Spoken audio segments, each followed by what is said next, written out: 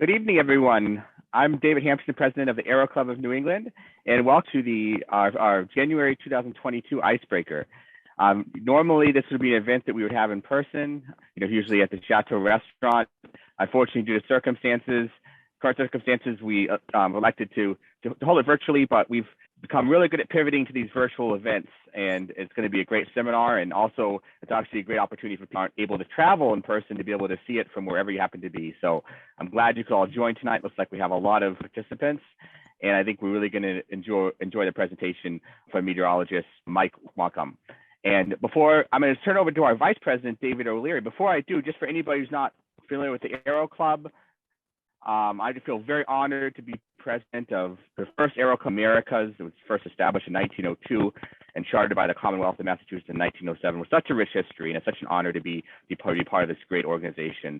And I also just want to give a little plug to our vice president, David O'Leary. I saw an article that he's a DJ on Magic 106.7, and I believe, David, your morning show was ranked #1 in Boston last month with December Nielsen ratings. So congratulations. That's we have two celebrities on the seminar tonight. So very fortunate to have you guys both. And without further ado, I'll turn it over to David O'Leary for introductions.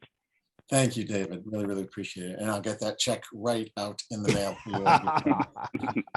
So to all of our guests tonight, welcome, welcome, and welcome. On behalf of the Aero Club of New England, thanks for joining us for our Icebreaker tonight. As David mentioned, this is our first of 2022, and these events really are some of our most favorite events of the year. They're a great chance to bring together aviators and pilots and just people who like flying together for some socializing, a little bit of food and drink, and a chance to hear from interesting and compelling speakers.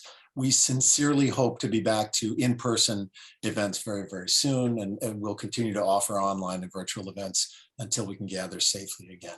On that note, I do want to mention very quickly, next month, our Icebreaker will feature Lieutenant General Scott Rice. We're very, very excited about this. Scott has an incredibly impressive career in aviation and in our military. He served as commander and chief of the air staff for the Massachusetts Air National Guard, the adjutant general for the Mass National Guard, and director of our Air National Guard under President Obama from 2016 to 2020.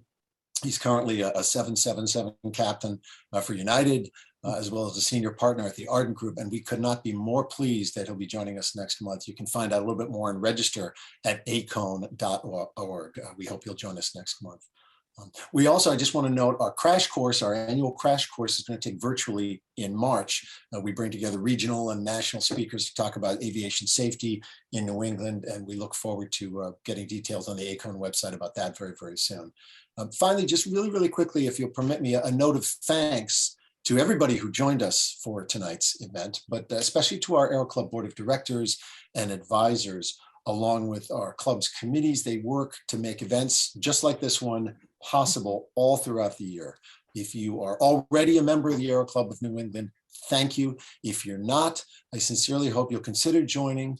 For sustaining membership dues of just $65 a year, you'll be making scholarships for young aviators possible. You'll be gaining access to community pilots and a range of social and safety activities and resources that really will enrich your aviation experience. So please consider joining ACONE.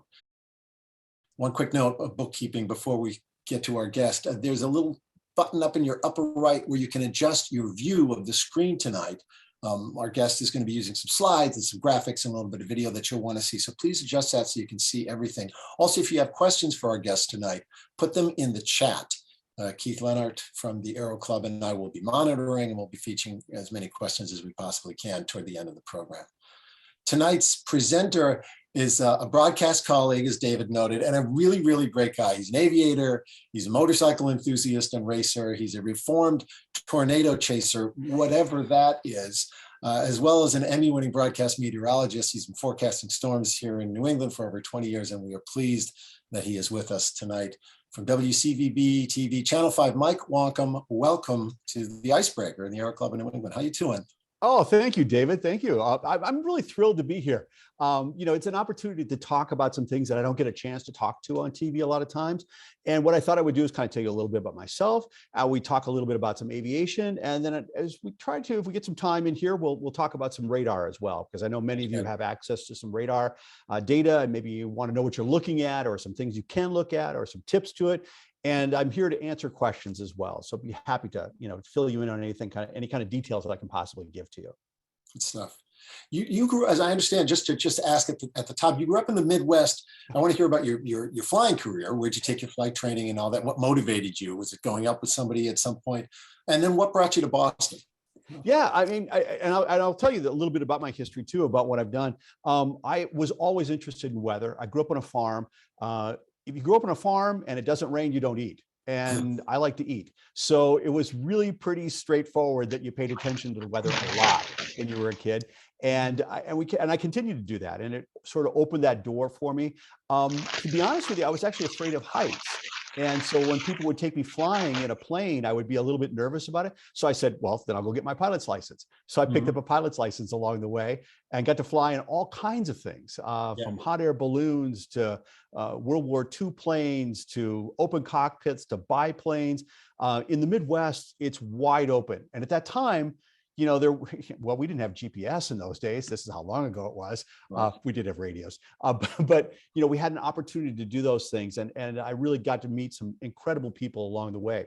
And let me start a little bit about myself, if I could. First thing people always ask me is your name, Wankum. What is it? Some people think, oh, is it Native American? Is it Asian? What is that thing?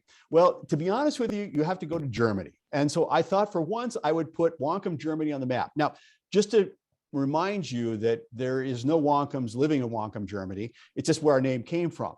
So you could be like Mike Dorchester. There hasn't been any name Dorchester in Dorchester for 500 years, but they still get the name.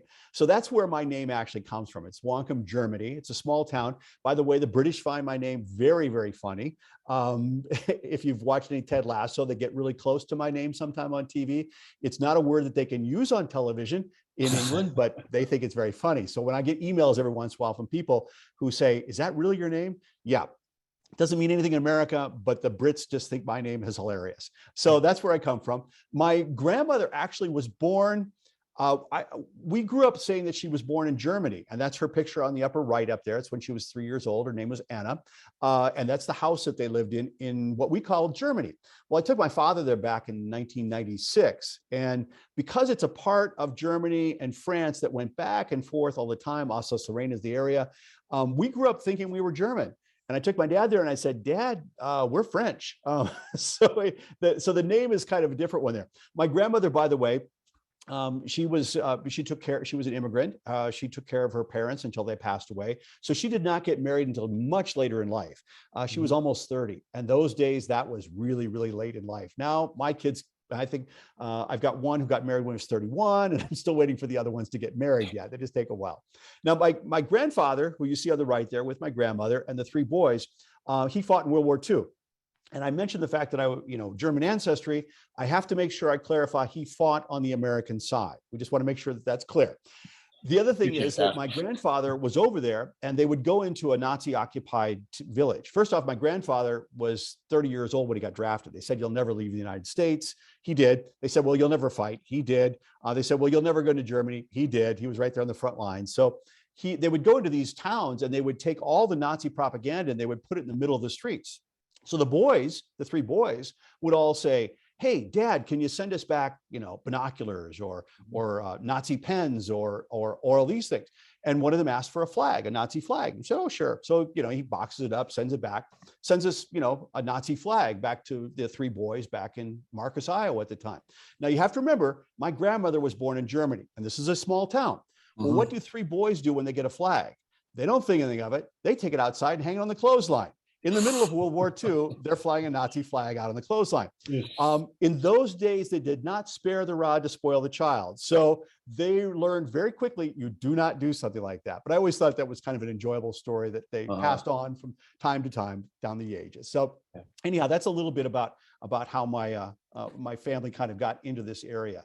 So let's see. There we I'm go. going to note, Mike, in between stories here, just real quick. I'm seeing a couple of notes in the chat of folks, a couple of people who are having difficulty seeing the slides. Keith is at work on that. There is a little screen adjustment in the upper right corner of your screen that says view, where you can click that and you can kind of see, you can make some adjustments so that you can see the slides, but I see them just great. So please. Everybody seeing okay? Okay. Yeah, now, the other side of my family comes from Ireland, and that's actually my great-great-grandfather's immigration papers coming into Massachusetts. And they came out of Sligo, Ireland. If you looked very carefully, you would see he signed his name with an X. They did not. They were Femme and Irish. I actually found out about them arriving in Boston 150 years after the day they got there, the exact same day that they got there, which was really kind of interesting. So that's where my ancestry is from. It's German and it's Irish across the area. So everybody goes west looking for farmland. So they came into Boston, they went to Sterling, Mass for a while. They worked as farmhands. They went to Minnesota for a while. They went to South Dakota for a while. They ended up in Iowa. And the picture you see on the left there is actually my family farm. That's where my dad still lives. It's 100 acres, corn, beans. We didn't really raise much for animals. And in Iowa, you know, there isn't really a whole lot to do except for chase tornadoes and ride motorcycles. And I became rather proficient in both of those. So the picture you actually see in the bottom right-hand corner there, I'm the one sitting on the ground by the wheel there. It's 1968. Those are my brothers and my cousins as well. And it's interesting. I'll tell you a little bit more about that motorcycle a little bit later on. But that's what we did. So we chased tornadoes a lot. That's my father and my mother. They were both very young when they got married. And my mother and father are both with us to this day. Now, these are some pictures of when I was little. They raised 4 boys. You can see them there on the left. I'm the oldest, so I'm the one on the left, and then the 3 other ones underneath of me. And I'm with my grandfather down below. And in the right-hand corner, you see me next to a television. So it was a very early thing. It was black and white TV in those days. But more importantly is the picture up in the upper right-hand corner. You could tell from a very early age, I was a prepared meteorologist, because with pants that high, you knew I was waiting for the floodwaters to be moving in. You know, those pants are something, Mike. Those are just some of the things about when I was growing up. I believe that's my first communion or confirmation. I can't remember which it is, but I do remember putting on those pants, and they did not fit at that time. So you were a tall kid, and it looks like there's 4 boys. You're the oldest, so it wasn't like oldest. You even say they were handed down from an older sibling. No, you were the oldest. No, they were probably came from a cousin or something like that. You know, I mean, I grew up in a very small, I guess you would say, it was not an affluent community, we'll put it that way. But everybody else was that way too. So it didn't really matter. We all kind of grew up together, and, you know, we had 2 TV stations. That was all we watched. That was life. I'm very fortunate that my mom and dad are still with us. My mom visited me at the station, and she's ridden on the motorcycle with me as well. That's her on the back there on the right. And then my father in the right-hand corner, they split up many years ago, but they still remain friends, and they're still my mom and dad. And on the bottom left-hand corner is my dad actually giving a motorcycle ride to one of my brothers. And I wanted to point out the safety equipment that was in high use in about 1968. Let's see, there's tennis shoes, there's no leathers. A t-shirt obviously was optional at that point, and helmets were not necessary. How we ever survived that, I'm not really sure, but we did. We made it through that all the way. Again, that's a little Honda CA160 motorcycle. This is my lovely wife. She's probably the most beautiful and fascinating and lovely person I ever met. And I'm married way, way better than she did. But we've had 3 children, and they're fantastic. They all live around here. One's an engineer, one's a baker. She's the most popular one because everybody wants to know. She's a pastry chef at Flower Bakery, so they all want to know, hey, can you get me cookies? Nice. And then my other daughter has worked with animals, everything from the Florida Keys training dolphins to the New England Aquarium. She's up at a veterinary hospital up in Maine right now, and she's going to be getting married in May, so we're looking forward to that one. So that's my family. Nice. A little bit of background on me. I worked at KTIV in Sioux City, Iowa. The only reason you would know that is because Tom Brokaw also worked at KTIV in Sioux City, Iowa. Yeah. And actually, Tom used to come back. I used to think he was so old. He was like 35 at the time. And he would come back and he would visit his mom because his mom would watch us on TV. And we would see him, and it was quite nice. And it was really, really nice. But what I really, I look at this, I really hope that this crushed velvet 3-piece suit comes back again, because I really think it was an understatement at the time. And I couldn't understand why people would look at me when I went to McDonald's after the show. It's because I was still wearing that suit. But we used to draw our weather maps. They were real. We had an artist who painted this beautiful painting and it had a sheet of glass in front of it. And then we would take temper paints and we would actually draw on there. And then the numbers were a little sticky. You would spray them with water and they'd kind of stick to it like on glass. And that's how we did the weather back then. And the thing was that they would give us probably 4.5 minutes, and we had maybe 2 maps. Now I have probably 300 maps, but they only give me like 2.5, 3 minutes. So in those days, you had a lot of time.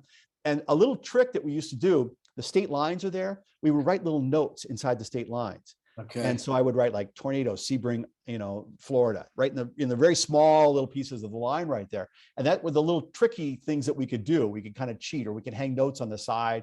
And if you notice, I'm actually having a pointer. In those days, you had pointers. Everybody had pointers that they would use to, to point at the map and show this and show that. And that was fun. Now, this is when I got into aviation. Was back when I was in Iowa.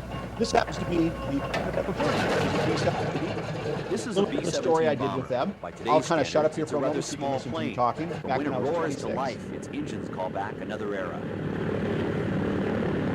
During World War II, this plane was the hero of the airways. Its crews delivered nearly 500,000 tons of their deadly cargo to Nazi Germany. This couldn't be beat. This could take more beating and come back. Complete with Betty Grable on the nose, the Flying Fortress is flown and maintained by the Confederate Air Force, a non-profit group dedicated to the restoration of old warbirds from the 1930s and 40s. Check out this control panel. This is the only fully restored flying B-17 left in the world today.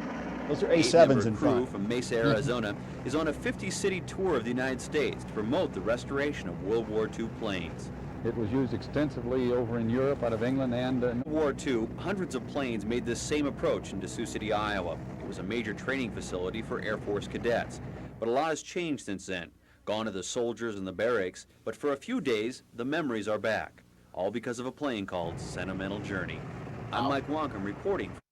So that was a Sentimental Journey. What's interesting about that is that it was amazing because at that time, I shot that story many, many years ago, is that the people, they were boys, that were that flew those planes. I remember one of the pilots who was a pilot at B-17, he was like 23, he was considered an old man, but they were kids, they were boys in the back there. There was 10 of them in each of those aircraft. And to see what they went through, I mean, the skin of that aircraft, you could take a pen and shove it through it. And they would, so American is that they would take those planes and they would fly them right into Nazi Germany in the middle of the day. Yeah. And it was like, young men, brave young men. And you get into that bubble down below, where the gunner would sit. First off, you had to be a tiny guy to even fit into the thing. And it was just amazing to be in that aircraft. They didn't let me fly it at all. They didn't give me any stick time on that one, but it did give me an opportunity to kind of see how they behaved and how they did it and how they worked with it. And it's the places you had to walk, and it was cold and it was uncomfortable. That was really one of the greatest generations that ever lived that worked on those planes and did that sort of thing. Sioux City, Iowa, by the way, was a very big base for the B-17 training flight. Jimmy Stewart was actually the base commander at one point. And I talked to people who knew him later. He wasn't a very good base commander. He was a better actor than he was apparently as the leader of that. This next piece of video is almost exactly where I was just landing that aircraft. This happens to be flight 232, which is from July 19th, 1989. And I actually watched him come in. It was an amazing ability that he was able to even land that plane. There were a number of deaths with that plane, but there were also 184 people who survived that plane. And if you actually listen to it, I'm going to play it just so you can see it. You probably remember this one because it did the cartwheel down the runway. It was amazing how they were able to bring that aircraft in, because what had happened is the fantail, the disc rotor back there had shattered, cut the hydraulic lines. They had no way to control the aircraft except just hitting the engines on either side and kind of sashaying it through. And what happened at the time, we couldn't hear the communications in the TV station, but I had a little walkie-talkie, a little radio, and I could sit up on the hill behind the station. I could hear him and then relay it to our crews about, hey, he's coming in this way. This is where he's at. We were tracking about 30 miles out before they came into it. They landed it, and they really did land it. I mean, I know it looks like a crash and everything like that, but it's pretty amazing that they were able to hit it. But even at the last minute, they were kind of joking like, you want us to really hit a runway? It was amazing to see that kind of how brave they really were, just how just unselfish that they were going to do this. And there was no question in their mind, those pilots were going to make this thing land. And many times as you talk to them later on, they were disappointed that they weren't able to land it as well as they did, but they really did. This was such a rare occurrence. We spent weeks looking for that fan disc rotor. We finally found it in a cornfield. A family found it out there. NBC gave them a lot of money so that they could have video of the thing. And it was really kind of an amazing thing. And at the time, there were so many things going on with this particular one that were part of my family. So I was obviously in the news part of it and was talking to it. I found out years later, I was actually portrayed in the movie at a press conference. And my wife was a pediatric nurse. She took care of a lot of the kids who came in. Some of them had lost family and stuff like that. My brother was also at the Air National Guard. And they also had their A7 sitting they were ready to take off and do a training mission that day. They were sitting at the end of the runway. And if that plane got to them, they were ready to hit the ejector seats and blow out right there on the end of the runway because they did not know where that thing was going to land. And the guys at the 185th Air Guard out in Sioux City, Iowa, were really just amazing and did a lot of amazing things with them over the years. But it was kind of a life-changing event in so many ways. And I saw this incredible warmth from people. The colleges opened up and let the survivors come in, and these survivors were to this day, if you meet any of them, they will speak nothing but great things about Sioux City, Iowa, and the way they were treated after that crash. So that was United Flight 232. Mike, I'm interested in asking, a couple of the stories that you worked on as a journalist. Yeah. I mean, the Sioux City crash, it sounds like whoever was on duty got out to the airport, but by virtue of the fact that you were a pilot, did you seek out or did you get assigned stories to cover as a reporter that were aviation themed? Were you the go-to aviation guy? Absolutely. A lot of that, and I could tell, I could speak their language. It's a little bit of a different language when you're in aviation as opposed to the general public. So I could explain, okay, here's what they're doing, here's what they're doing. The other, which has absolutely nothing to do with my aviation ability, the other thing was I'm a fairly big guy. I'm 6'1", over 200 pounds. These press conferences become just like this big horde, and our reporters were all little people. And so they would bring me out with a camera, and I could keep the network guys away, and it was fine. They could elbow them out of the room, kind of thing. But yeah, we did, and because I knew a lot of the people, we were allowed access to see things and do things that we weren't normally. Most TV journalists would never have been allowed to do it. And because I knew the people out there at the airport and the fixed base operators and stuff, and they really were more than gracious to allow me to do some of the things that we were able to do. And it was really amazing to see afterwards, and the celebrations of life afterwards. There were so many people lost on that, but there were so many people who survived it, and it was really pretty interesting thing. The pictures I'm showing here is actually me at that time period doing the weather on the left-hand side. On the right is it's an A7 Corsair, and I flew back seat in that thing with the pilots out there. They had one Gunsmoke, which was kind of like their, the Air Guard's version of Top Gun. And so they said, hey, you want to go for a ride? Sure, why not? I'll go. I had to spend the entire morning on how to learn how to, get out of the aircraft. Right. I never got very good at it. But they took me up for a flight. And the thing was, my brother is the crew chief. And my brother straps me in. He goes, "You're an idiot." That's his final words to me as I get into the thing. Well, they took me on a full-fledged bombing run. So when you do a bombing run on A7, they actually take the aircraft and they kind of snap positions back and forth. So they avoid radar because they're right down on the deck. I mean, they're a few hundred feet off the ground. That's when they're flying high. A lot of times they just go right down on. So they would do this thing, and you would snap and go back, and your eyes and brain had not even figured out what they were doing yet. So needless to say, they had shown me where the ejector button was. It's actually a green apple between your legs. There was a point in there where I thought, if I pull this, it's got to be better than what I'm going through right now. But I did not. I stayed on. I did get, shall we say, ill, very ill. But then as we were coming back from a bombing run over Kansas, the pilot said, "You want to fly it? How many times are you going to get a chance to fly an A7 jet?" And so he said, "Stick's yours." And so I flew it from Kansas back to Sioux City, Iowa. My wingman was right underneath me. And it was so amazing to watch because he's literally feet away from me. I'm just watching him, and he's just right under the wing there. They tucked the wings under, and we flew back in formation. And, those are some of the things that not the average person gets an opportunity to do, but I was very, very, obviously thrilled to be able to do that. So if you look at my logbook, it's got A7 jet time on it. I did that once once. We didn't do it again. And then, of course, the other thing I did is I chased a bunch of tornadoes all the time because it's the Midwest. And the beauty of it is that you can see them from such a distance away. So this is the, I'm just hearing some background noise. So I'm just going to talk over the top. This happens to be a tornado, which is a Fort Neal. Fort Neal was a big power plant. And if you notice the color of it change, it gets really black. It's because it picked up the coal that was being used to burn. This was the first F5 that I'd actually ever seen. And it does not destroy this farm. You can't believe it doesn't. No one was injured. There were a couple minor injuries, nothing serious. It destroyed the power plant that was out there. And what was really fascinating about this one is that most tornadoes come from the southwest.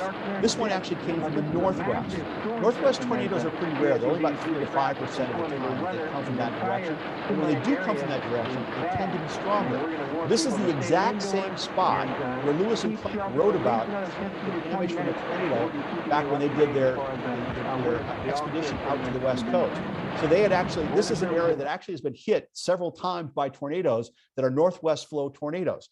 The hills out there are created by blowing dirt. They're called loess hills out there. So it's a fascinating study, and I've always been debated about doing a paper about that because it is an area that gets northwest flow tornadoes, which are rare, but when they do happen, they are very, very strong. And they had one there about 3-4 years ago, again, the exact same place. So, we need to put our GoPro cameras out there and just wait for the next tornado to come through. It's going to be happening the next 2 decades or so anyway. So those were my experiences back in Iowa. A lot of chasing tornadoes, a lot of aviation, got to fly in some Cubs, got to fly, in balloons. It was really, when you're 20 something and got to do all these things, it was really just wonderful. It really was. I moved to Richmond, Virginia. Welcome to the South, sort of. So my daughter was born there. I put this up. They obviously gave me better clothes. I have my 3-piece, my double-breasted Armani up there. But we would do, like, if you see the bottom left-hand corner, I would do reports down either by the flooding river in a suit and tie because Richmond was very dressed up at that time. Okay. I even dressed up to do my weather on the side of an elephant. You can't see the map there, but that elephant has a weather map on the side. Now we go to the graphic on the bottom right-hand side there, and it's a winter weather advisory. I should tell you that winter in the South is way different than winter in New England. So we will say, like tonight, we've got a chance of seeing 1 to 2, maybe 3 inches of snow. Yeah, no big deal. You put 1 to 3 inches of snow in Richmond, Virginia, they shut everything down. I mean, there's no school tomorrow. Everything is shut down. I did that one time. I said 1 to 3 inches of snow tomorrow. They canceled school. There wasn't a flake that fell the next one. One of my least favorite forecasts that I ever had, but it was an interesting time. We were there for 3 years. We had a great time, and then we came to Boston, and very, very excited to get here. So this was 1993, and I started over at WLVI, which LVI is 56 in Roman numerals, in case you're ever wondering that. This is the old 56. Channel 7 owns it now, and it's kind of a sub-channel, but this is when it was an independent station by itself. I got to do some amazing things. I spent a week up at Mount Washington. That's what the picture is up on the left. Tons of outdoor stuff, lots of wintry stuff. And the picture you see on the right with my face getting mashed back, that's actually the MIT wind tunnel. I got to stand in that thing for a while, and it will just make your skin go like this, They would only let me sit in there for a few minutes because it got too dangerous to do. But we did the 10 o'clock news, and it was a great group of people. We really enjoyed it. When it was done, it was done. It was time to move on, and I went over to Channel 5, and that's where I ended up doing a lot of stuff. Now, one of the things I did do while I was at Channel 56 is I went to Russia. And we actually helped, what was called the Chernobyl Children Project at the time. And the 2 little girls you see up in the right-hand corner stayed with us for a summer. And then I became part of it. I eventually became chairman of the board of directors. My wife became medical director. We would go over there. We would find kids who had been exposed to the radiation from Chernobyl, and we would bring them over here to the United States. Now, this, you have to remember, this is right after the Soviet Union broke up. Right. It was a mess over there. And they couldn't take care of these kids. We brought them over here. We got them x-rays, got their teeth looked at. Many times we could say, hey, you're fine. That headache you're having is just dietary or whatever. There were times when it didn't work out that well either. In fact, the scene you see on the right-hand side, there is a surgery. They actually just brought me right into the middle of a surgery one time, just to where they do the thyroids. They take the thyroids out. So the Chernobyl Children Project was really a big part of our lives that my wife and my family, my daughter was there. These girls, to this day, I consider them my daughters to some degree. And you know, it's interesting to watch them grow up, and most of them have been able to grow up and have children, and it's really quite wonderful. But really interesting place. And for those of you who are in the news right now, where you're seeing the Russian soldiers and the army and everything lining up, that was really on a lot of the farmland that I was at. The Chernobyl region that you have right there, there's 352 towns in there, roughly the size of Massachusetts. There's nothing in there. You can go in there and it's just like the day they left, and the food's still sitting on the table. I do remember it was a thing that the company I worked with was Tribune Broadcasting at the time, and Tribune had the Tribune Tower in Chicago, and they would bring like pieces from all over the world. They would bring like a piece from the pyramid and a piece from here, and they put it on this big wall out in front of their property. And I thought that was kind of neat. So I brought a radioactive brick back from Chernobyl, and I put it into my garden. The thing is, I brought it back maybe 6 months after 9/11 happened, and I'm going through New York with a radioactive brick. Probably not the smartest thing that I have ever done. But you know, things that you do, and you know, you credit to your youth and whatever. So the Chernobyl Children Project was a really big part of that, and a big part of our lives. The other thing I did is I picked up sailing. Used to race sailboats. Race them in the summer, but that's no fun. Race them in the winter. This is the interclubs that we used to race. Wow. We raced these all winter, and it was perfectly legal to scrape somebody off on an ice floe. So you would do that, and it was great fun. Because there wasn't that much racing in the summer, I raced against Olympians, I raced against champions. I was horrible at it because I'm an Iowa farm boy and I really didn't know how to sail, but I tried it anyway, and it was great fun and a wonderful, wonderful group of people that we were able to do that with. Wow. This is the thing that people ask me the most about, besides my name. They say, we understand you race motorcycles. And I do. These are all pictures of me. And this is what I do for the fun of it. I grew up on the farm, so we rode motorcycles a lot, and I still ride them a lot, and I race. So if you, across the top, you can see there's just me up on the left. This is my new bike that I have right there, the second one on the left. It's a KTM. I've switched over to that. The Ducati, which you see as the third picture over, that's down at Daytona when I raced that one. I raced the Ducatis for a while. I started with Yamaha. I went to Ducati. I raced Suzuki for a little while. Now I'm with KTM. So I race these. I'm a licensed amateur racer. And, you know, every once in a while, they give me like little hardware. So it only costs you a few $1,000s to get a little plastic trophy. The other thing I do is that I teach motorcycle officers how to ride fast. They do amazing things. So the picture you see on the bottom right is me with a bunch of the police officers. They bring their motorcycles to the track. What they can do at slow speeds is absolutely amazing. Just how, you know, they can intricately move through cars, all that kind of thing. But once they get up to about 70 miles an hour, they're a little uncomfortable. So we bring them up to the track to show them how the bike behaves, because the bikes behave differently at those speeds. Now I'm going around the track and I'm on a race bike and they're on a Harley. So I'm going, can they go any slower without falling over? I don't know how it's possible, but you know, but they have a great time. And it's great because you know, you're going down the track, and I'll bring it up to 100 miles an hour or something like that. And I just say, please turn the blue lights on, will you? I just really want that feeling that I can outrun you on the track kind of thing. So I do that. That's one of the things I teach. I also teach with other groups, teaching them high-speed driving and riding techniques, because it's different at high speeds than what it is at lower speeds on the road. So that's one of the things I do. And it's been great fun. I'm way too old to be doing it, but I know where all the bumps are, so I can still beat some of the young guys. So they let me do it. And just so you know, we do race in the rain. We're not like NASCAR. We put rain tires on and we race in the rain. Remember I showed you that picture when I was younger of us sitting in front of it was a Honda CA 160. Well, yeah. This is me taking one apart. I actually found one in a garage in Southie. I took it apart. I wanted to recreate that photo when my son was married, but one of my brothers couldn't get here, so we couldn't do it. So I've done that one. I usually take a bike apart in the winter and kind of build it up. So the bike you see in the bottom right-hand corner is a 1972 RD Yamaha 250. The bike that you see in the left there, the Ducati with the number 5 on it, was actually owned by a friend of mine. It actually won 11 championships. It's an incredible piece of machinery. We actually found it. Some people had it and didn't realize what they really had. And they still had all of his original logos and everything still on it. So we bought that. We did what we call a preservation to it. It will go onto the track and it will still do over 200 miles an hour.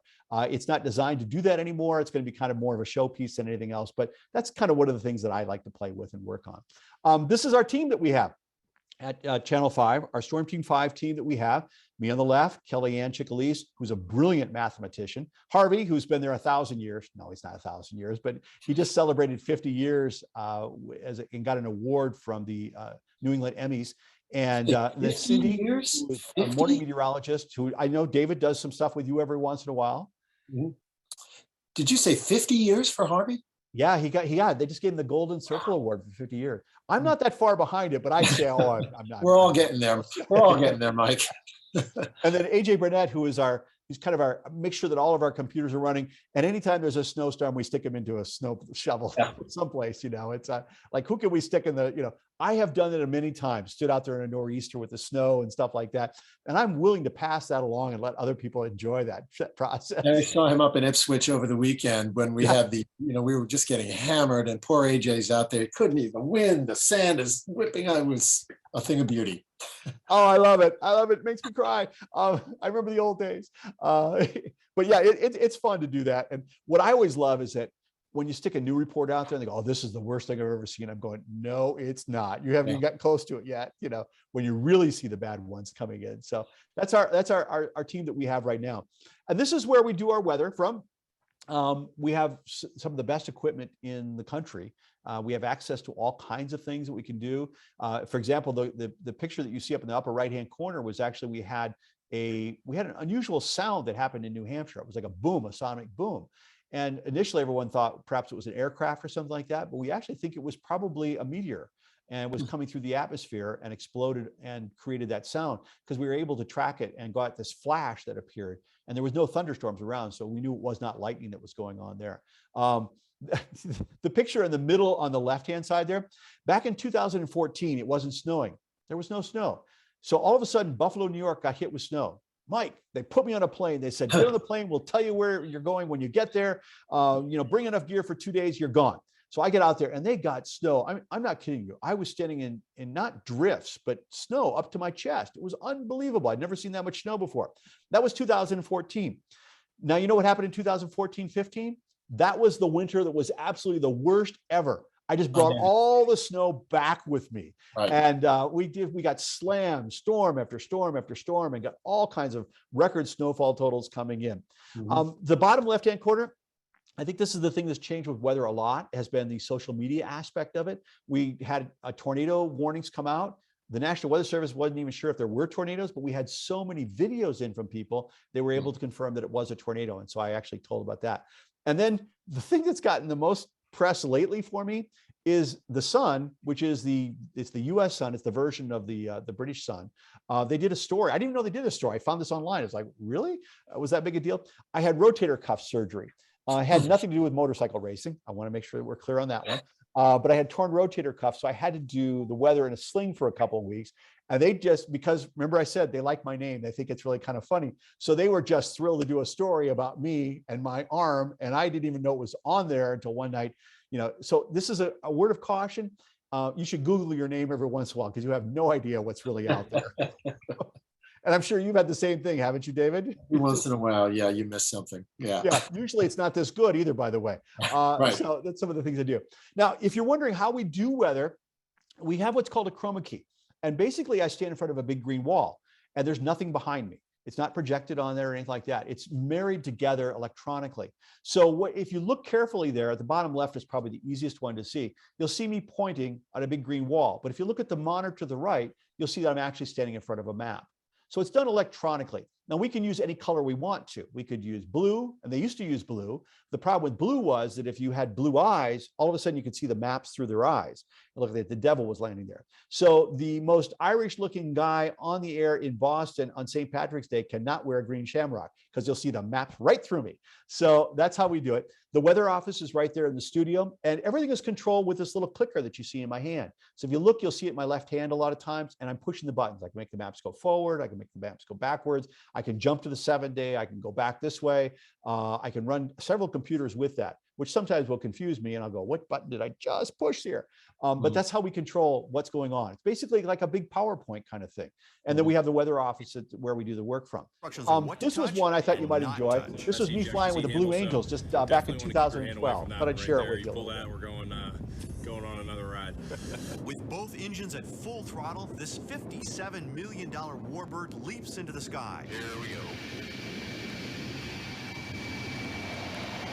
Afterburner selected. Yep, this is when you get planted in the back of your seat. Here we go, kicked in. Good engines. Good nozzles. Good hydraulics. Good airspeed. 100 knots. In a matter of feet, we're going over 300 miles an hour. We're just below the speed of sound. We're doing 623 miles per hour. Sometimes I don't even know which way is up. 5 Gs. Nice job. Whoa! Oh my God! Oh, jeez! Oh! It's like being in a gym for hours, all compressed into a few minutes of flight. In a word, Good job. exhausting. Overall, you did a great job. Like I said, we made it through a lot of maneuvers. Some people, I mean, as soon as you get air. So that's what it's like flying with the Blue Angels. Now, the Blue Angels do not let you wear a G suit. When I flew the A7s, the Air Force let you have a G suit. So G suit, for those of you who aren't familiar with it, basically it pumps air into your legs and squirts blood back up to your head. But what the Blue Angels do is they make you grunt. It's like this, and it keeps the blood in your head and you don't pass out. So they're really big on that one. So you have to learn how to do this grunt. That's what they teach you most of in the morning, going through that. So, I mean, absolutely amazing, incredible pilots. I got done with that flight. I am just like drenched in sweat. I feel like I've been beat up. And of course, the pilot gets out, perfectly coiffed hair. He looks fabulous. How you doing? You know, kind of thing. Just to see those pilots do what they can do. And the bottom right-hand corner, yes, I took the bag. Yes. Okay. Are you grunting there? Is that? Yeah, I spared our audience on television showing that, but I thought I could share that with this group, because if you do that, and they'll even tell you that, you know, you're in the back seat, you can't tell what's going on. Interesting thing about the Blue Angels, they don't have a stick back there for the passenger. They took it out because they actually were doing it one time and a passenger passed out over the stick. And they had a hard time landing the aircraft because the body is laying on top of the stick until they can get them straightened out, waking up, and stuff like that. So you don't have a stick. So you're really on just kind of for a ride on that one. But it's what a ride it is, you know, to go through, and they'll flip you around and you don't even know what's going on. So it's pretty amazing to see what they do with those, with the, you know, the F-18s, the Hornets they have going there. This is a view of our set that you don't usually see. It's kind of the wide view. You might see a little bit of it from the angle, but you'll notice on in the center, in the bottom there, this is what's called a teleprompter. For those of you who aren't familiar with it, it's actually where the anchors can just read right off of the screen. It looks like they've memorized the whole script. A floor director is telling you what to go on. The cameras do not have anybody operating. They're all robotic. So there's somebody actually driving them. There's also a big red button at the bottom of those that you can hit if the camera all of a sudden takes off on you. And they have been known to do that, run into walls or run into people. So that's how our set is designed. This happens to be our weekend crew, Sean Chiabat and Nathalie Pozo. Nathalie is probably one of the nicest. They're actually both a couple of the nicest people you would ever meet. Nathalie especially is just charming and delightful and can speak Spanish fluently. She can change back and forth in the newscast, English to Spanish and nothing flat. I am so envious of that. I have a hard time with English and she can just go back and forth with that one. And then we hit the pandemic and everything changed. Everybody had to stay 6 feet away. We had to, you know, we have all these little signs all over the building. And so what happened was, to do weather, we had to be prepared to do it from home. This is actually my living room right over there. And I set this up. I put lights in here. I put cameras on. We put black shades over the windows. I think the neighbors might have thought we had actually a meth lab being developed here. I'm not sure. But we created this whole thing so that we could do the weather from home. I never had to use it. I built this whole thing with computers and everything. It was ready to go in case we had to. I never did. Harvey was actually home for many, many months. He broadcast from home. So what they did is they took my gear, which worked, and shoved it over to his house and said, here, you make it work. Okay. And we were able to feed video back and forth through and do some stuff that way. So the pandemic, not only tonight is it confusing, but even just broadcasting in general has been, you know, very, very difficult in the last year with all the restrictions that we have, the way we're trying to stay away from it. It's interesting seeing you broadcasting from home, and the idea is that you're there with your living room and the fireplace and whatnot behind you, as opposed to they didn't send you home with a green screen and lights and all that to almost recreate what was going on in the studio at home. It sounds like that technically would have been a little bit of a nightmare Well, we actually did that toward the end. We did go to the green screen. You know, we started with the monitors. Actually, if you look at like the first night that Harvey went on the air, he's kind of sitting at his table, and the iPhone is basically sitting there looking at him. And every once in a while, you know, someone would call and the iPhone would vibrate, or the iPhone would fall over. Yeah. You know, there are great bloopers going on for that because we didn't know, nobody had ever done this before. This was like a whole new world that we had to enter. And so it was very, you know, very interesting kind of learning all of that stuff that was happening with it. So yeah, it was a whole new change. Hey, I want to talk a little bit about weather, since you've talked a little bit about me. I thought I should share some things with you, kind of the history of meteorology. I know all of you have read this book, Meteorologica. It was written by Aristotle back in 340 BC. A New York Times bestseller from day one. It was unbelievable. And I won't tell you how it ends, but it's just riveting. No, nobody ever did. But this is the reason we're called meteorologists, is because Aristotle wrote everything he knew about weather at that time, put in this book called Meteorologica. And he at the time said, well, I think our weather is created by meteors and the heavens. And so people who study the meteors and the heavens, they should be called meteorologists, and meteorologists then study weather. So that's how we got that name. I know almost nothing about meteors and comets.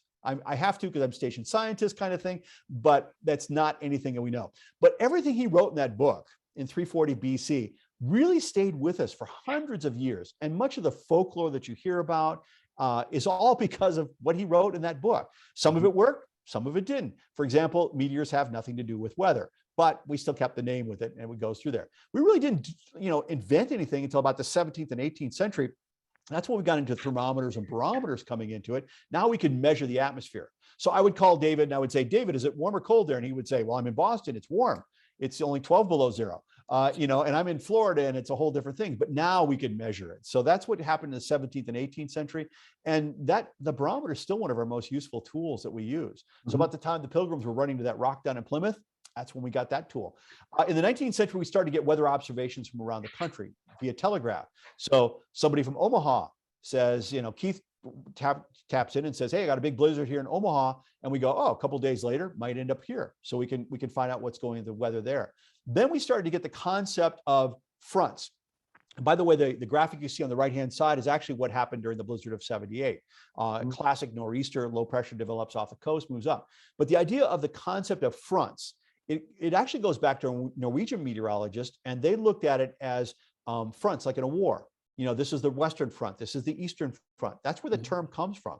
The front is the leading edge of cold air, the leading edge of warm air. And so that's where that whole concept came out in the 1920s. And that's where we started getting that. Now, radar really came into implementation. World War II, you know, there's so many developments that happened during wartime, you know, and the British were trying to see the Nazi bombers coming in, and we're really working hard on radar, trying to get it. Doppler was actually kind of something they tried to get out because Doppler got into the way of what they were doing. But that was really the the impetus of that going on. And by the way, a lot of the development of these things, radar, all of that, happened right around here. You know, MIT was, you know, incredible research that they've done for that. We're able to learn a lot of these things going on. Many of the leading scientists in this area had some connection with MIT usually, and they still do to this day. And then, of course, in the 1950s, we got our first computers.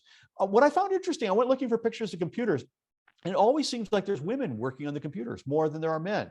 And I'm not sure why, but that whole array of computers you see on the wall there, your cell phone has got like infinitely more power than that whole process does going through there. But it's just amazing to see how computer models have gone. The original computer models would come out and they would print a map. They would take them 24 hours of number crunching, and they would kick out a map 24 hours later to tell you what it's doing outside right now. It wasn't a very good system, but the faster computers got going. Some of the most powerful computers in the world now are used for that. We tap in daily into the European. IBM has actually jumped onto the weather bandwagon as well. We have the US model.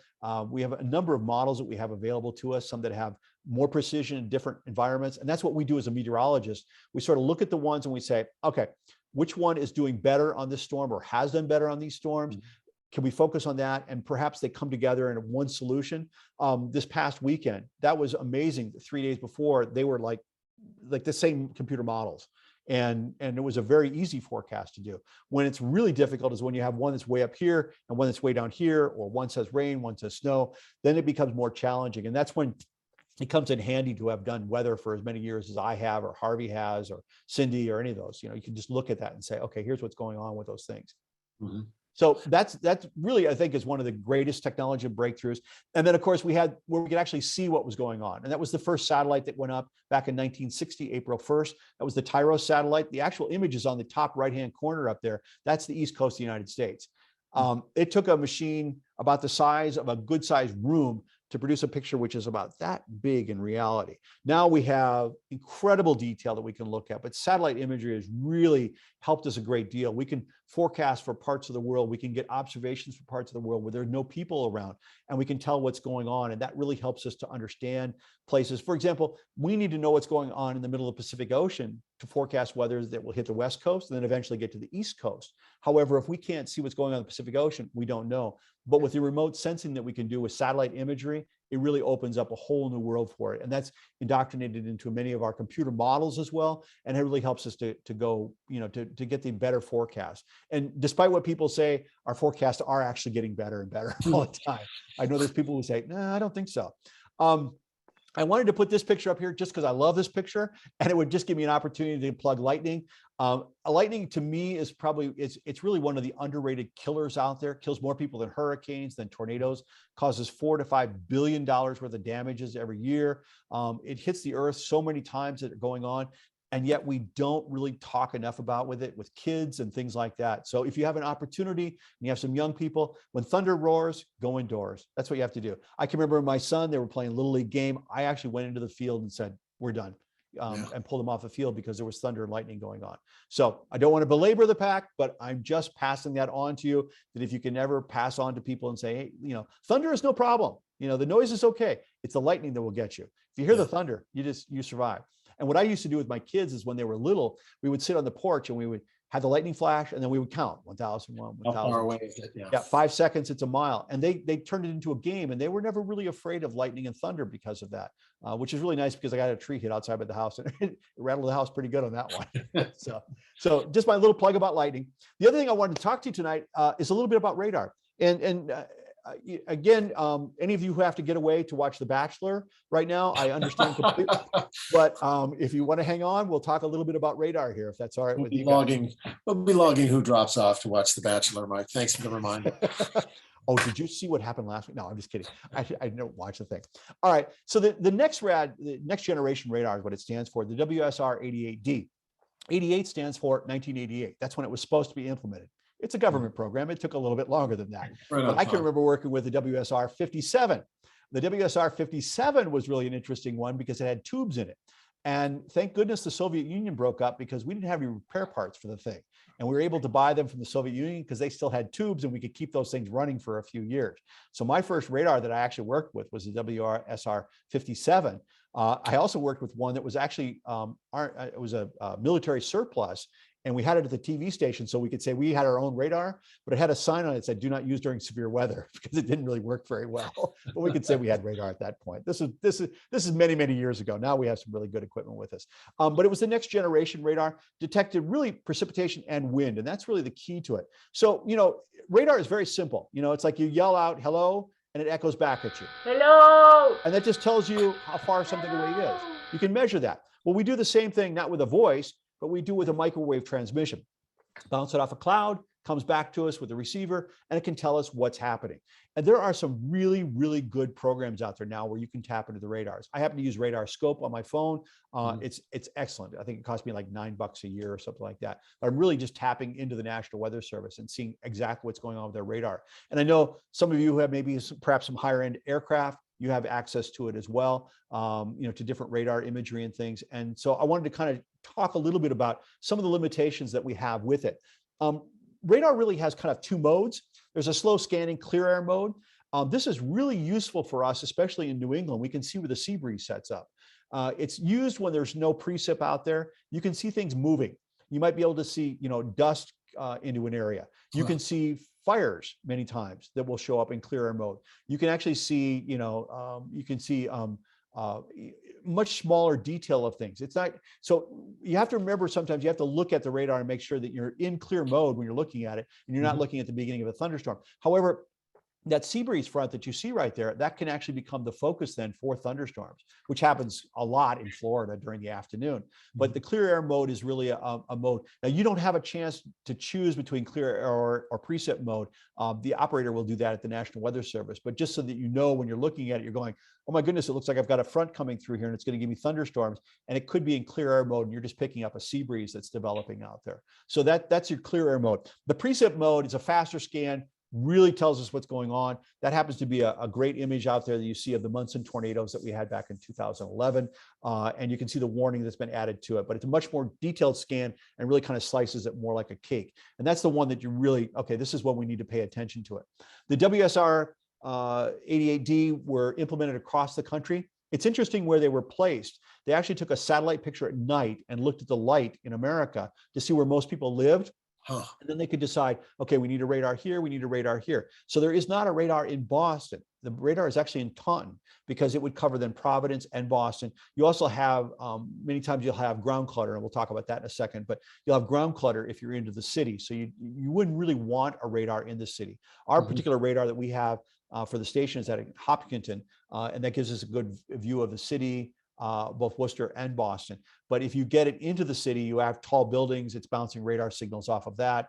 It creates all kinds of issues. But that's how the original setup was done, trying to get a good scan of the country. So that's why you'll find radars sometimes are not in the site you would think they would be. For example, the National Weather Service in Boston was at the Logan Airport for a long, long time. But when the radar site opened up in Taunton, that's where it's actually at now. They actually just moved down the street. They're technically in Norton now, but that's where it is. So that's why some places that were long established locations for National Weather Service offices actually moved. We do not know specifically in Boston where they're measuring snow at. They've kind of kept the person who's measuring the snow quiet, so we don't all go to his house. We think it's somewhere around Winthrop. We're not 100% sure on that, and they will not share that with us. It's not done. It's really done to kind of protect the person who's doing it, so they're not kind of overwhelmed with all the things that are going on. So we get lots of reports out of Taunton and stuff, but sometimes we have to call them up and say, "Hey, what's it doing at Logan?" And even Boston, for just a second here, Boston has, we talk about climatic records and stuff like that.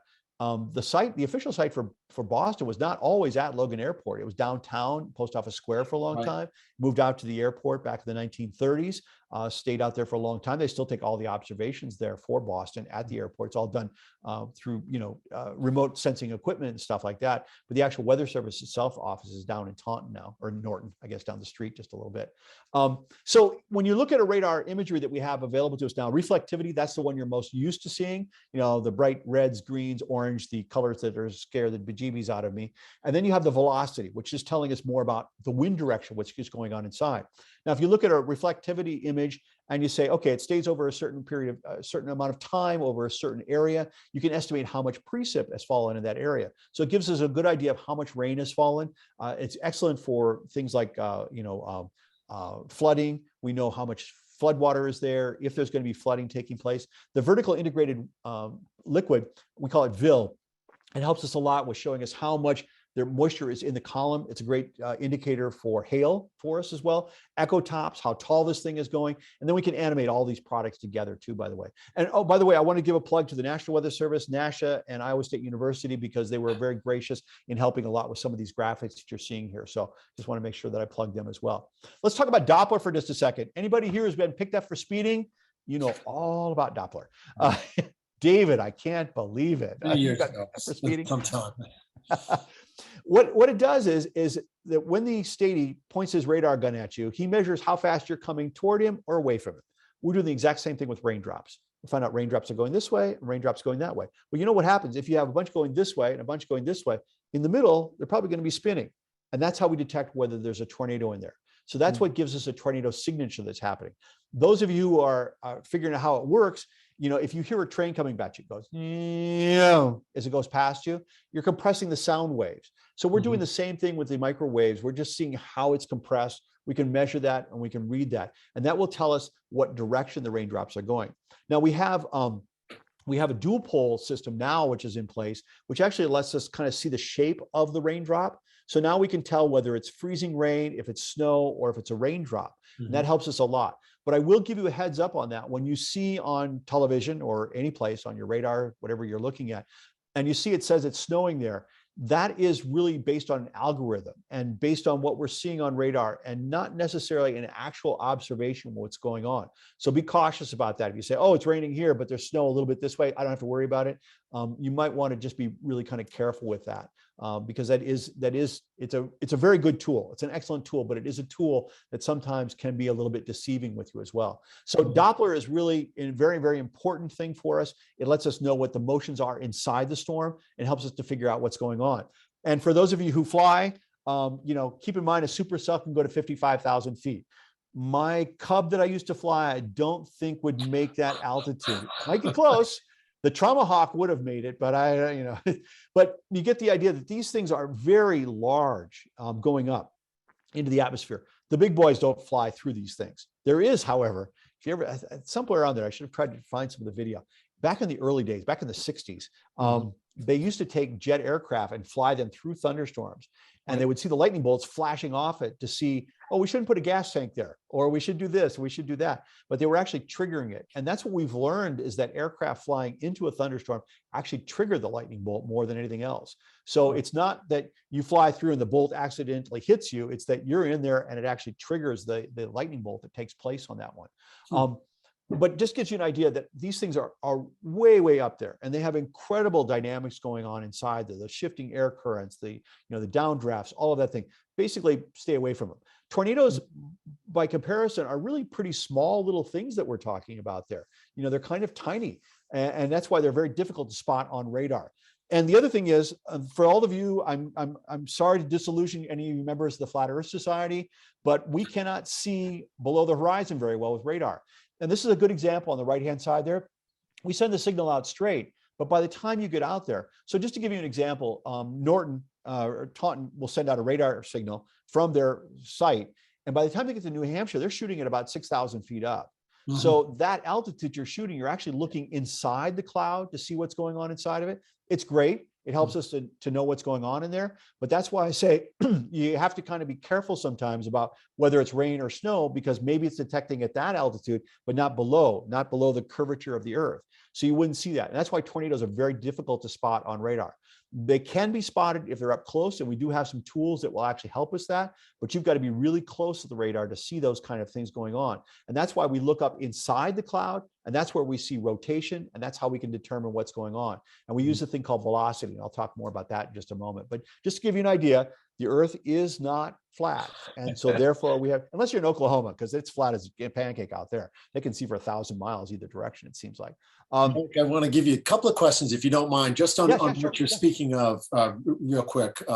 One comes from Jason, who says he's here with his 14-year-old son, Aiden, who wants to be a meteorologist for the National Weather Service, asking, in areas with higher concentrations of radars, are there more accurate readings compared to areas where there are only one, or locations that are further away from a radar? The goal with it, really, when they put them together, was to have them overlap, so that you can see, overlap there. So not to have a gap there, but to actually overlap a little bit.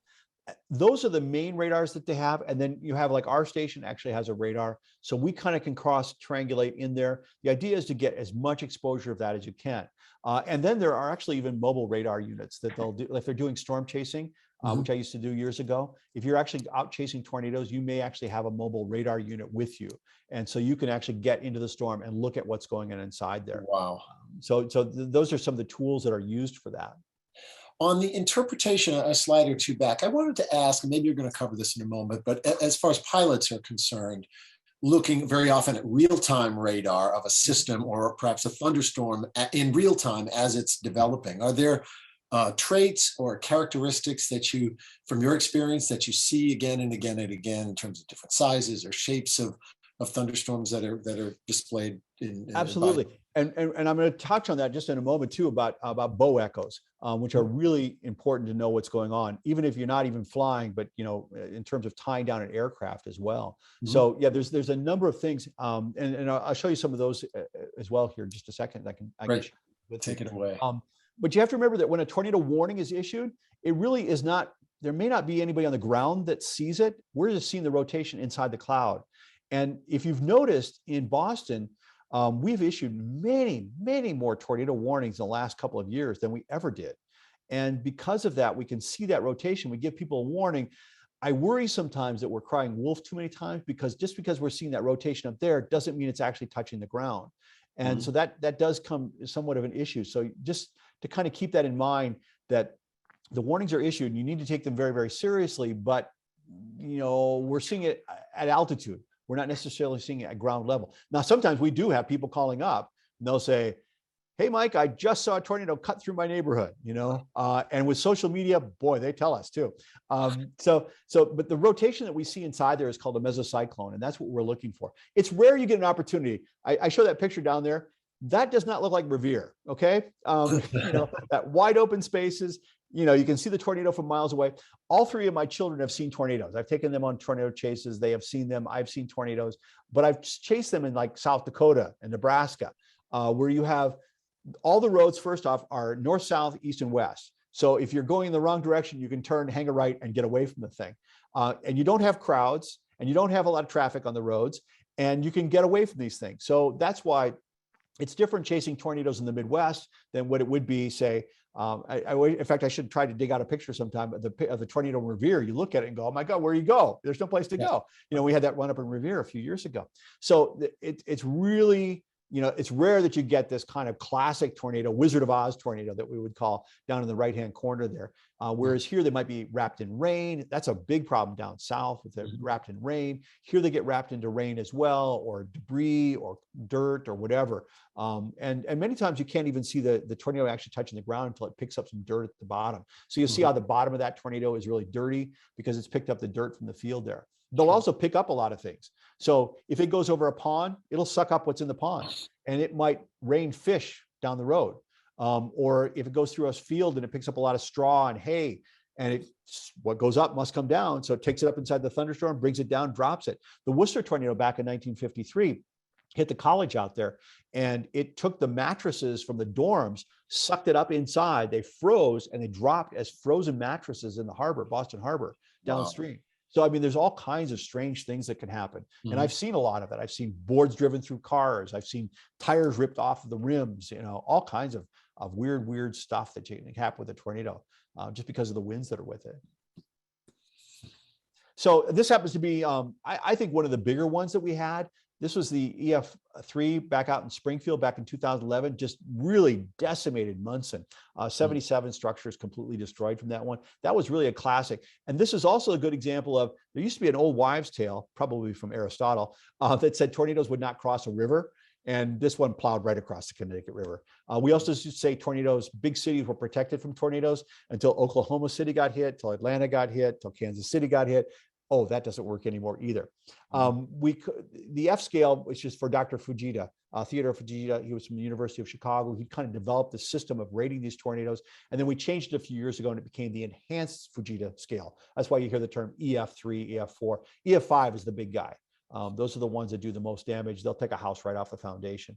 The damage you see there on the bottom right is probably an EF2 to EF3 that you're looking at with 160 mile an hour winds. We saw that stuffed out in Kentucky. Just incredible, a path of a tornado on the ground for nearly 200 miles. How much it was one tornado, one was skipping over the other. I've seen pictures and video of two tornadoes in the same cloud. They do all kinds of different things, all kinds of strange things. That's why I find them. I mean, I never want anyone to be ever hurt by a severe weather. That's my job. I try to keep people safe from that. But I find weather and tornadoes the most fascinating thing you could actually look at in the atmosphere, to see that power, that structure. And it's just a bunch of blowing air, I mean, but when you think about what it is and just what it's capable of doing, those are the amazing things. Now, one of the things too, I wanted to touch a little bit on velocity. This is where we take a look at the raindrops that I was telling you about inside.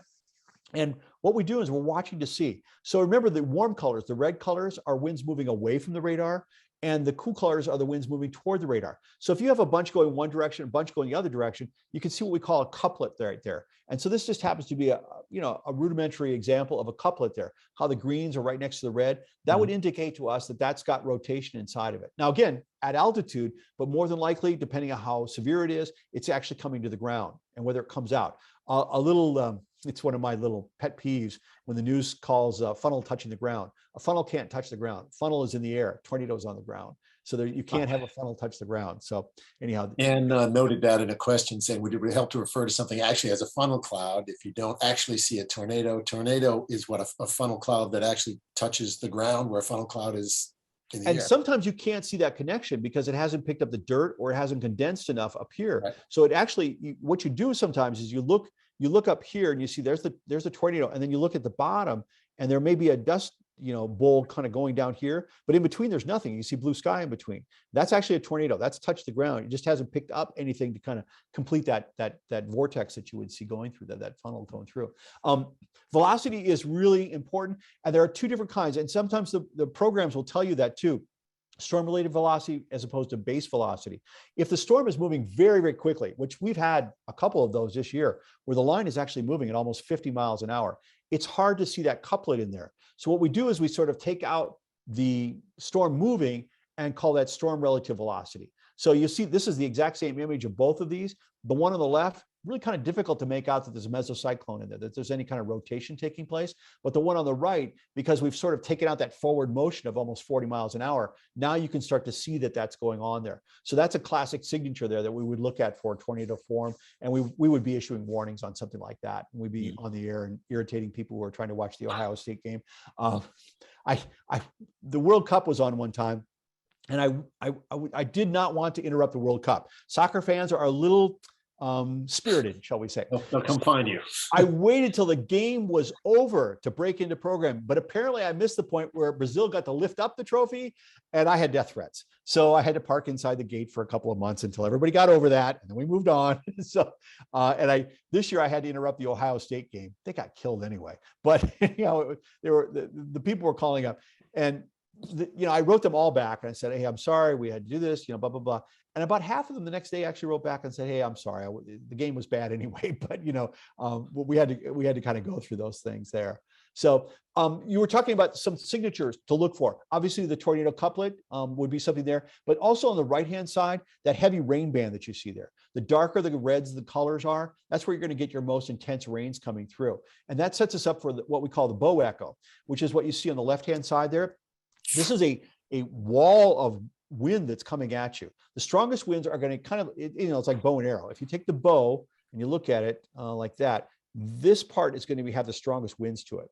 And I said in the graphic 70 miles an hour. We've actually had them where they're over 100 miles an hour, and they could go across states. And this will take an aircraft that's outside and make it fly unless it's strapped down really, really well at that point. So you want to stay away from any kind of bow echo that you would have coming in there. But these are really things that many times are confused for tornadoes, but they really are not tornadoes. And of course, you have obviously the downburst that would be coming out of something like that. So as the thunderstorms coming in, you get the downburst coming in. You want to just stay away from those things. From an aviation standpoint, just don't get anywhere near those things because they can create a lot of wind. And many times you're not sure what the wind is doing. The wind might be coming in, it might be filling in another spot. They get really, really shifty around there. We had so many issues going on, with the downdrafts, many aircraft incidents because of that. And now they kind of have really gotten a good handle on how they behave and what they do. But even the big guys, they at Logan Airport, they'll say, okay, fly around for a while. We want to wait till this thing gets through here. What's going on? But the bow echo is really, when you see that thing lining up, and I actually have some video of me with a bow echo here. You'll see coming through here. See how that's kind of just making a nice little line there. This is the one that happened to create those tornadoes down in Rhode Island earlier this year. Had a bunch of tornado warnings coming through, but see how it's not necessarily as clear cut as that image that I had, but you get the idea. It's kind of got a real bow right there. And that's where you're going to find your strongest straight line winds. But then within there, you can even have a tornado couplet as well. So I'll take away the reflectivity, which you're seeing here, and we'll go to the velocity. And if you look at the velocity now, you start to see where the colors are starting to look different. Like right there, you see all the kind of the whites there and you have the greens around it and stuff. That's actually a tornado signature. And that actually did produce a tornado that we saw right there. New England tornadoes tend to be a little bit on the weak side. And because they're kind of on a weak side like that, they're more difficult to spot at times. I think we issue a lot of warnings sometimes based on what we're seeing on radar, but they usually do verify in one way or another. maybe during an outbreak we have too many of those, but we kind of have that possibility to there. And I was talking about ground clutter. You have to be careful about that. Sometimes I think there was a windmill down in Rhode Island that was throwing us off for a long time on the radar. We had to kind of bleep it out there, but you can also use it to, as a spot a number of things going on. As we saw, you can see a sea breeze developing there, but make sure what, the ground clutter is, because all of a sudden it may look like there's something really impressive there, but it really isn't. It's just ground clutter going on. It's the usual thing. And that's why we don't put the radar in the city of Boston, because the Hancock would show up every day. In fact, we still have a problem with our radar that we hit the Prue and it puts up a spike in the city and we go, nope, there's nothing there, but it looks like there is something there sometimes, just with that going on. So I leave you with this final thought.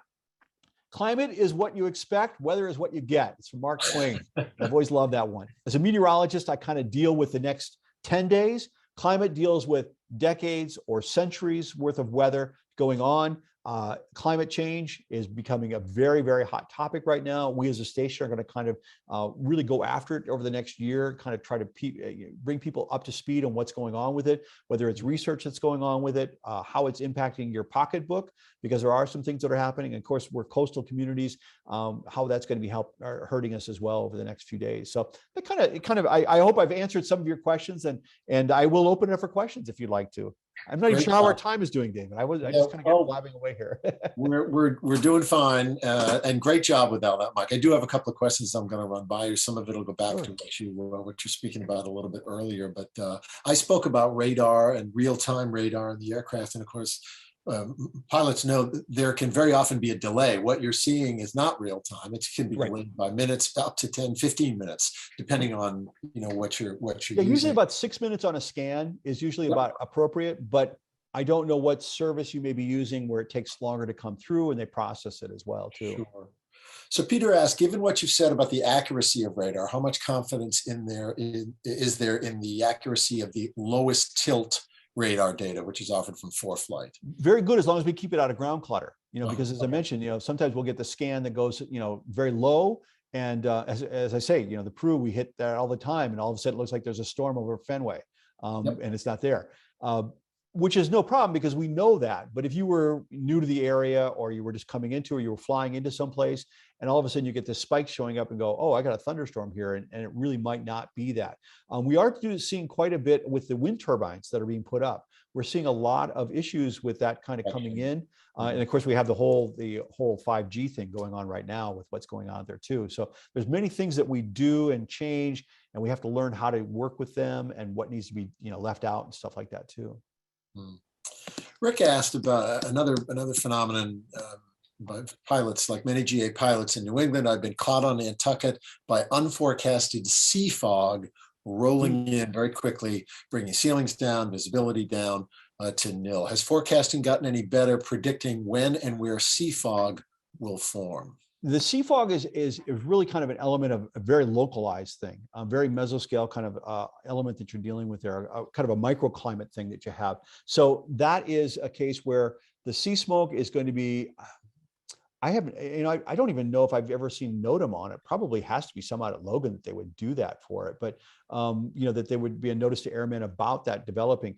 But again, you're going to have the wind can't be too strong. It has to be just the right speed. You also have the bitter cold in there and the ocean temperatures. So we had a little bit of it the other day. We had some sea smoke going on, but I've seen it where it's really just kind of covering a lot of turf out there. Beautiful to look at. I can imagine if you're trying to fly into, especially down to the islands, it'd be a little bit of a challenge, to say the least. So I mean, the wind forecast, and we just had a discussion today about this. We've noted lately, it seems like we've had a lot more wind. Boston is one of the windiest cities in America anyway, but it seems like we've had a lot of wind, and we're trying to decide whether we may be seeing a change in that direction, that we may be getting more wind, or if it just happens to be kind of one of those anecdotal things that we're seeing right now.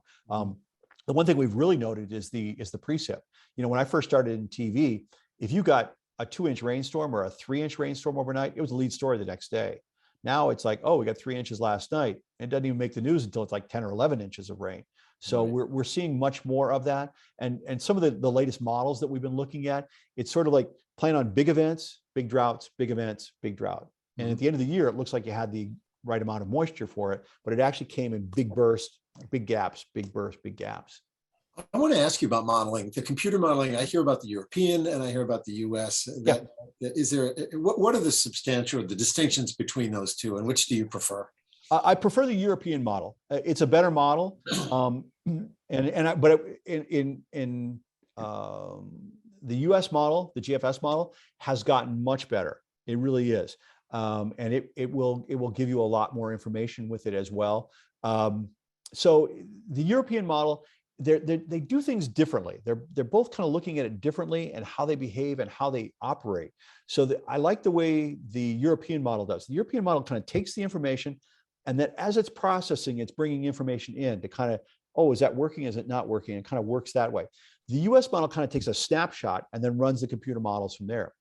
The US model, the GFS, does go out longer. It goes out 10 days, which at that point really kind of becomes fantasy land. But the European model, as a rule, I would say is better, but there are limitations to it. For example, if you looked at the European model on Sunday of this week, it said a few flurries. If you looked at it on Monday, it looked like a full-fledged blizzard coming for us with a heavy nor'easter. Tuesday, the model run didn't even happen because they had some technical issues. And then today you look at it and go, oh, it's going to go out to sea. We're not going to get much out of it. Never mind. The US model, the GFS, had kind of indicated it was heading that way all the time anyway. So it was kind of looking at that direction. So the European, I think most meteorologists would say that's the one I look at, but I'm not going to discount that one. Now, those are also what we call global models, and they are dealing with longer range period of time. Once we get in closer, say within 48 hours, we switch over to some more higher res models, and these higher resolution models give us more detail. So we have like the NAM that we use for that one, the IBM graph model that we use. We used to use the RPM, but they've discontinued that one. So there's the HRR, which is very useful for pilots because it's only the next 14 hours, but it's very, very detailed. It's not going to give you next week's forecast, but it's going to tell you thunderstorm activity very, very quickly and very well. So the HRR is probably one of the favorites for pilots. Yeah, I wanted to ask about that sort of interpretation of data. There's present conditions and observations, and then there's the terminal air forecast. So can you just sort of walk through who develops the TAFs? Regional offices, or how are those developed? You mean in terms of gathering the data together and issuing the forecast? Yes. Okay. Yeah. So the National Weather Service, we're all getting the same models. And at one time, the Weather Service, National Weather Service, was very underfunded. And they really didn't have, we had access to more equipment than they did, to more modeling, to things like that. It was really kind of underperforming. That changed a lot. The current director who's there really put a push onto that and really brought them up to speed, got the GFS model to work better, got people kind of functioning better, working better as a team. They really are an incredible group of meteorologists. So what happens is they gather the data together. There's a lot of collaboration between the offices. So Boston is talking to Albany, Albany's talking to Portland. They're all kind of talking together, kind of figuring out, okay, what's going on there? How can we mesh this together, make this work together? And then once they get that forecast, and that's when they begin issuing the very specific ones, the marine, the aviation, hydrology, all of those things. They have people in the office who that's their expertise. So, the hydrologists will be looking at the rivers and they know this and they know that. And I will tell you that Boston in particular probably has one of the most dynamic teams that ever has existed in anywhere in the country. You might go to like, say, an Oklahoma City or a Kansas City, and their forte is going to be in the area of severe thunderstorms. Or you might go to Florida and they have a really good understanding of hurricanes. But the local weather service, the Northeast Weather Service offices, are really pretty phenomenal group of people. And we're in constant contact with them. We have what's called a chat, where we actually are contacting them. We'll say, hey, what do you think about this? What do you think about that? It's all kind of done under the gentleman's agreement of, this is us just discussing. We're just talking. We're not going to blame anything. We're not going to talk about, specifics of things, but, kind of get, here's what I'm looking at. Here's what you're looking at, kind of thing. I'm going to turn it back just to sort of your work on television. I mean, you've mentioned a couple of times social media, people with phones. Everybody's got a phone with radar or, GPS and tracking and so forth on it. Has viewers' appetite for all things weather increased? And we watched the progression of suits that you wore on television. The gear and the technology has changed. Have the viewers kind of changed along with it? Are they really, really hungry for all things weather? They really are. I thought when the Weather Service started, the Weather Channel started back in 1980, I thought that was the end of local weather. I thought that was it. But if anything, it actually made the appetite even bigger. We like to say in weather, we're just there to keep the commercials from running into each other. The appetite, and it's a very American thing. I've talked to friends of mine in Europe, and they find it very interesting that we as citizens of a country are that into weather, and we really are. But we have some of the most dynamic weather in the world. I mean, in the United States, we have the most tornadoes. We can have everything from blizzards to heat waves to all of that, and it's all in a fairly concentrated area. I think most of Europeans will look out the window and go, "Yeah, okay, that's it."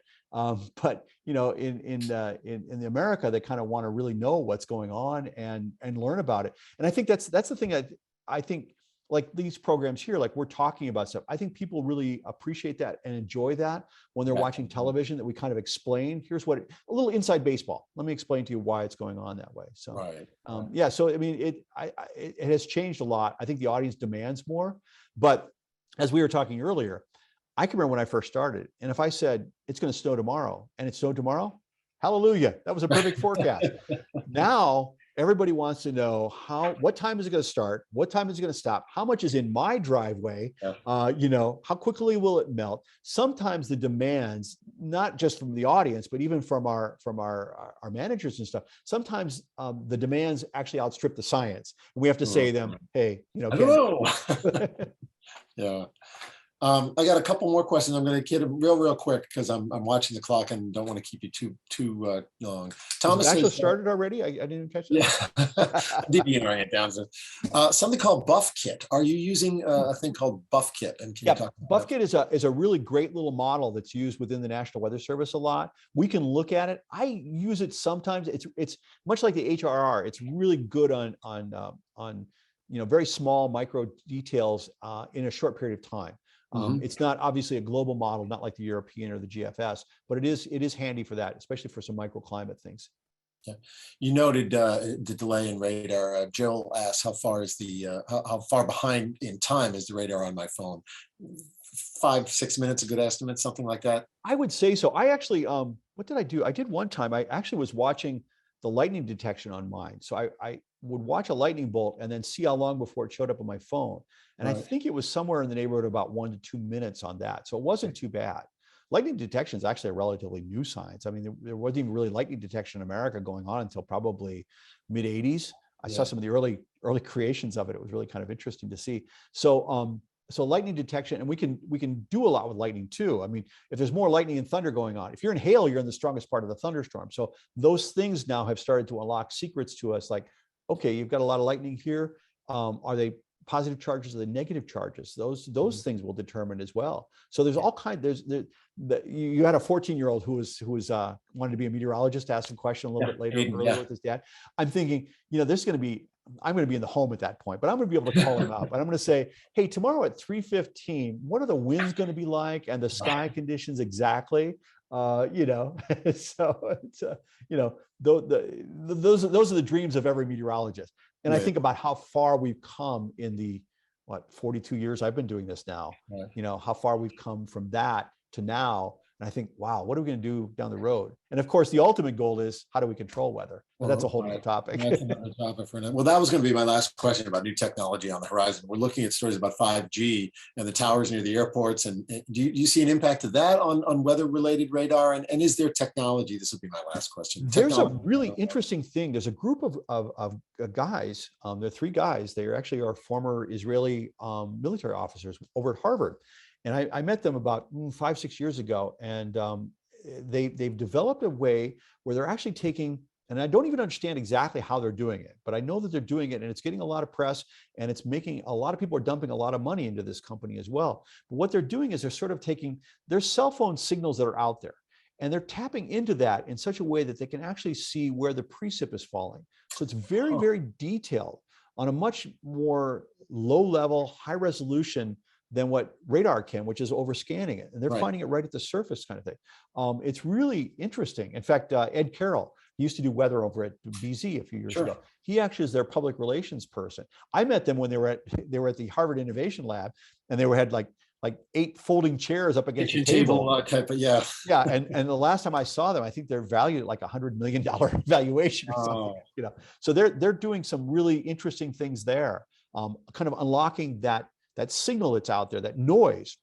You have to remember, Doppler signal was kind of a noise for a long time until we figured out how to tap into it. And so I think maybe those cell phone signals, there may be whole new technologies we don't even know about yet.